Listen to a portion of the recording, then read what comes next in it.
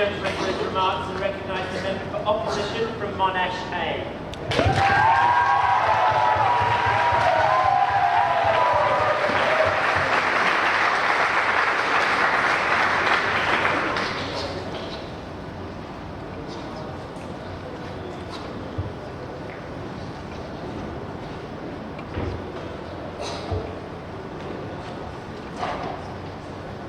Thank you, Mr. Speaker. Samir told you that we want to protect them from dying and attempt to paint the opposition as callous people who didn't care less. The only problem with the government line is that they're not even sure if they're helping people from dying. In a point of information that we asked, how many do you expect? They couldn't even answer the question. They just said, well, we could do a little bit of even if. The problem with the even if is they cut out half your arguments, ladies and gentlemen, with the positive benefits that you're trying to provide. We're saying on our side of the House that your policy provides a substantial incentive, ladies and gentlemen, for people like people smugglers, ladies and gentlemen. The extension of the closing opposition in this debate is going to be what are the practical implications of this model. We'd say firstly, it's people smuggling, and we'll show you how incredibly bad that is. And secondly, we're going to look at the practical implications as with regard to long-term development policy. Because Samir tried to tell you that they're not mutually exclusive. And we have a bit of a newsflash, they absolutely are. No thank you. Before I go on, I've got 3 points of refutation. Firstly, the effect of this policy. Secondly, the role of rights. And thirdly, the universal concept of rights we heard at closing government. The effect of policy, ladies and gentlemen, is a little bit confusing from the government. And I've already gone over this because they're not sure the outcome of their model. They gave you an even if. They said either it's very little numbers, and they argue that we just get the most in need, the most dire. What an absolutely amorphous concept in this debate. These people are incredibly poor, ladies and gentlemen, and you're going to difference between really, really, really poor and just kind of poor, ladies and gentlemen. We don't think you're helping all these people, and you can take such a moral stand up there on your high horse and still argue that. But then they said, well, actually, the other option is there might be lots of them. We'll tell you the problem with lots of them, ladies and gentlemen, because if you have lots of refugees,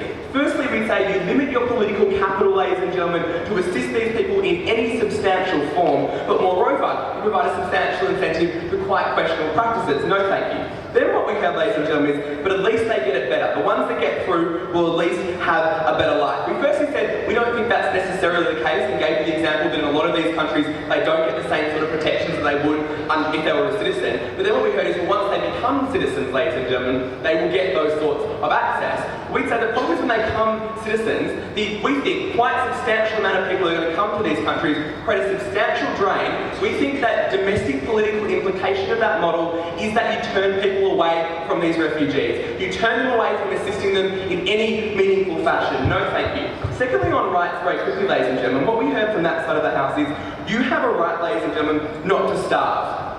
The opposition is not going to say that you should starve. That's not the policy of the opposition. The policy is, and the fact they've ignored the context, is that refugee law is about preferences of rights and needs. And they haven't shown you why this need is more important. But moreover, ladies and gentlemen, we say that you do have an obligation to help. We accept that in a global society. That obligation to help comes from things like international development aid. It comes from assisting people on the ground. And by admission of your own policy, people are still left there. People still live in these sorts of countries, ladies and gentlemen. We'd say that you're not helping them in any way. Very quickly, thirdly and finally, the universal concept of rights. What we heard is, from the closing, no thank you, is that borders are arbitrary and people have a universal right on the basis of where they are. We'd say firstly, borders are arbitrary. That's the actual political reality we live in, and those borders are important for things like stability. But moreover, we'd say on our side of the House, ladies and gentlemen, that we accept that persecution is a universal concept in the current refugee law for a number of reasons. Firstly, and I know this sounds politically callous, ladies and gentlemen, that the first world can empathise with political persecution. That's why it's politically feasible to do it. No thank you. We'd say, ladies and gentlemen, no thank you. We'd say that the obligation exists. We don't reject that. What we're saying is the best way to accept this kind of argument, the obligation point from closing government, which funny enough sounded very similar to the opening government, ladies and gentlemen, was that the obligation to be met in different ways, and we'll show you how before I do, yes sir. So why should we not recognize economic persecution as well? It seems like these are arguments against all of asylum. Because there is a substantial harm in doing so. That's the case of the opposition, and we're going to show you why. The opening opposition showed you why the concept of rights doesn't extend that far and how you get political backlash. This moves me to my extension, ladies and gentlemen, because we're going to look at the practical consequences. And Samir said it himself, ladies and gentlemen, when he said, the people who can come will come. Well, if they do, let's look at what they do. I'm first going to look at people smugglers, and second going to look at the long-term effect on development policy. Because they haven't accepted, no thank you, or acknowledged that there aren't a lot of UNHCR officers in sub-Saharan Africa, ladies and gentlemen. The way that lots of refugees claim asylum is by getting to the country they wish to claim asylum and then claim asylum. Before I move on, Samir. My point was, they come under the status quo because their situation is so desperate. We didn't see how our policy would change them.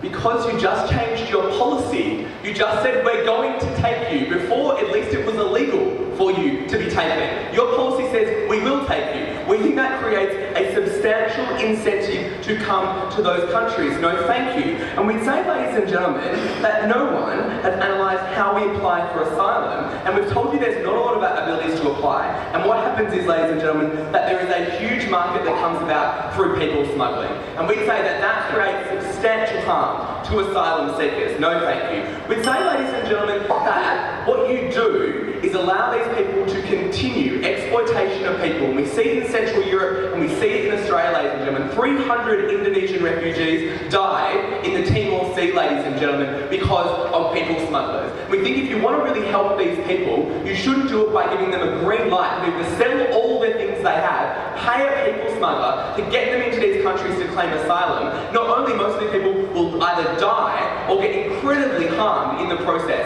and your policy assists in doing that. My second point is about the effect on long-term development policy. Because, ladies and gentlemen, there's been a complete ignorance that first world countries will not pay twice for this sort of issue, ladies and gentlemen. Why would they? We've seen a move to make poverty history, ladies and gentlemen. We've seen things like Glen Eagles, things like abolishing HIPC debt. Those things are acceptable, ladies and gentlemen, but we don't see why first world countries will accept a second burden. We don't think they're going to accept the fact they have both a long-term aid development policy and they have to take thousands of refugees, which will cost them millions of dollars. That's why it's mutually exclusive, ladies and gentlemen. It's not politically palatable to pay for things twice when we think we've already actually done the first obligation. We're proud to propose a policy that has incredible long-term damaging implications to both refugees and long-term development policy.